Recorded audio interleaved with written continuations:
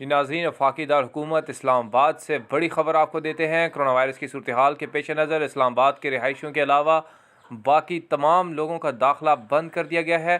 शहर के दाखली रास्ते पर नफरी बढ़ा दी गई है। कार्ड्स की चेकिंग की जा रही है। जिसका इस्लाम आबाद का एड्रेस नहीं वो वापस जाए। इस्लाम आबाद पुलिस का कहना है कि जनरल हो या कर्नल और मीडिया को भी इजाज़त नहीं है।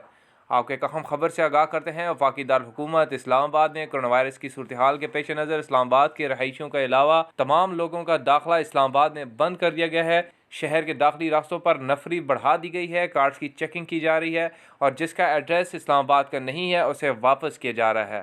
इस्लाम आबाद के अंदर जनरल, कर्नल और मीडिया को भी इजाज़त नहीं है।